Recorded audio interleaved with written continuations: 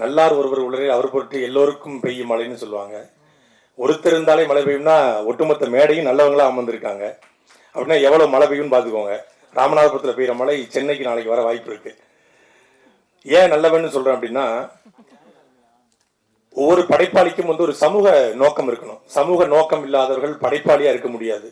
சமூகத்தில் நடக்கக்கூடிய அவலங்களை ஏதோ ஒரு வடிவத்தில் அதே மக்களுக்கு கடத்தணும். அப்படி கடத்தக்கூடியவர் தான் தயாரிப்பாளர் இருக்கக்கூடிய மரியாதைக்குரிய அண்ணன் சுரேஷ் காமாட்சி அவர்கள். எத்தனையோ இடையூறுகள் அவர் அவருடைய கருத்தியல் சார்பாக அவர் இந்த களத்தில் நிற்பதற்கு எத்தனையோ இடையூறுகள் உண்டு. அந்த இடையூறுகளும் தாண்டி தன்னுடைய கருத்தியலில் உறுதியாக நின்று கொண்டு தயாரிப்புகளை செய்யக்கூடியவர். அதே போல இந்த படத்தினுடைய கதை, வசனம், இசை எல்லாவற்றையும் உருவாக்கி இருக்கிற இந்த படத்தினுடைய உண்மையான நாயகனாக இருக்கக்கூடிய மரியாதைக்குரிய அண்ணன் தம்பி ராமையா அவர்கள். மனசுல இருந்து பாராட்டுதுன்னு சொல்லுவாங்க. சில பேர் உள்ளுக்குள்ள ஒன்று வச்சுக்கிட்டு வெளியே நீலாம் நல்லா வர்றேன் தம்பி, நல்லா வருவேலா, வந்துருவேன், அவனை விட்டுருவானா அப்படிங்கிற மாதிரி பேசுவாங்க. ஆனா உண்மையிலே மனத்துக்கண் மாசிலநாதன் அனத்துக்கண் ஆகல நீரபெற அப்படிங்கிற மாதிரி உள்ள ஒண்ணு வைத்து வெளியே ஒண்ணு பேசாம எல்லோரிடத்திலும் வெளிப்படைத்தன்மையோடு பாராட்டக்கூடிய அவர் அளவுக்கு பாராட்டுற மனுஷன் எனக்கு தெரிஞ்சு என் வாழ்நாள் நான் பார்த்தது இல்லை. அப்படி பாராட்டுவாரு. உண்மையிலே அவரு நமக்குள்ள இப்படி திறமை இருக்கா அப்படிங்கிறத அண்ணன் தம்பிராமையா அவர்கள் பாராட்டும் போதுதான் தெரிய வரும். அப்படி நல்ல ஆற்றல்களை எல்லாம் வெளிப்படுத்தணும், நல்ல ஆற்றல்களை பயன்படுத்தக்கூடியன்னு நினைக்கக்கூடிய ஒரு ஆகச்சிறந்த படைப்பாளி. அப்படிதான் நான் தொடர்ச்சியா வழக்கு போட்டு ஒவ்வொரு நீதிபதியும் எனக்கு ஜாமீன் கொடுக்காம உள்ளுதிக்கு போட்டாங்க.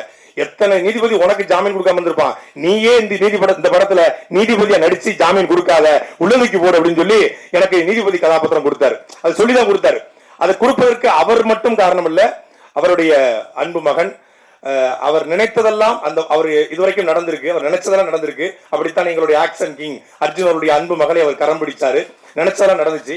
அதே போல இந்த படத்தில் என்ன நோக்கத்திற்காக இந்த படத்தை எடுத்தாரோ, டைரக்டர்னா பொதுவா சொல்லுவாங்க, நம்மளும் நிறைய இயக்குநர்களை படப்பிடிப்பு தளங்கள்ல பார்த்திருக்கோம், பரபரப்பா இருப்பாங்க, ஆக்சன் கட் இருப்பாங்க. அப்படிலாம் கிடையாது. அப்படி கூலா சாஃப்டா இப்படி ஒரு இயக்குனர் தமிழ் சினிமாவோட இருந்துக்க வாய்ப்பு கிடையாது.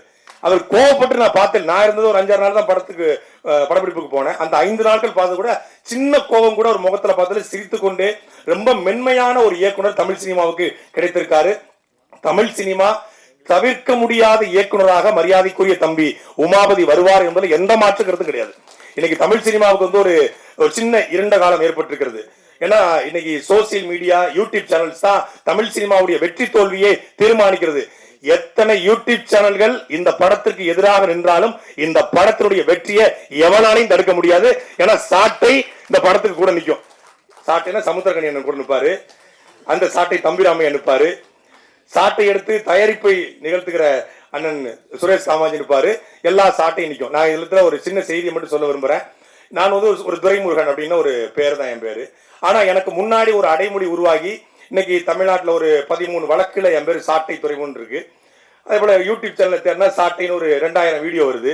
கூகுள்ல போனா சாட்டை அப்படிங்கிற பேர் வருது. அந்த சாட்டை அப்படிங்கிற பெயர் எனக்கு கிடைத்ததற்கு முக்கியமான காரணம், முதல் காரணம் அண்ணன் சமுத்திரகனி அவர்களும் அண்ணன் தம்பிராமையா அவர்களும் தான். இந்த 2 பேருடைய இன்ஸ்பிரேஷன்ல நடித்து வந்த அந்த சாட்டைங்கிற படத்தை பார்த்த பிறகு தான் என் யூடியூப் சேனலுக்கு சாட்டைங்கிற பேரே வச்சேன்.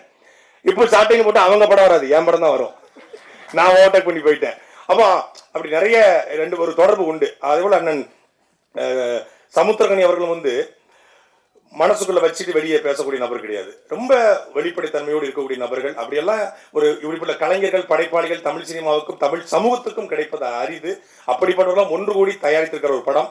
இந்த படத்துல 2 பாட்டு பார்த்தோம். ஒன்று நம்மளுடைய உடலை நடுங்க வைத்தது, இன்னொன்று உள்ளத்தை நடுங்க வைத்தது. 2 பாட்டுமே. அதே போல இந்த படமும் உடலையும் உள்ளத்தையும் நடுங்க வைக்கும்.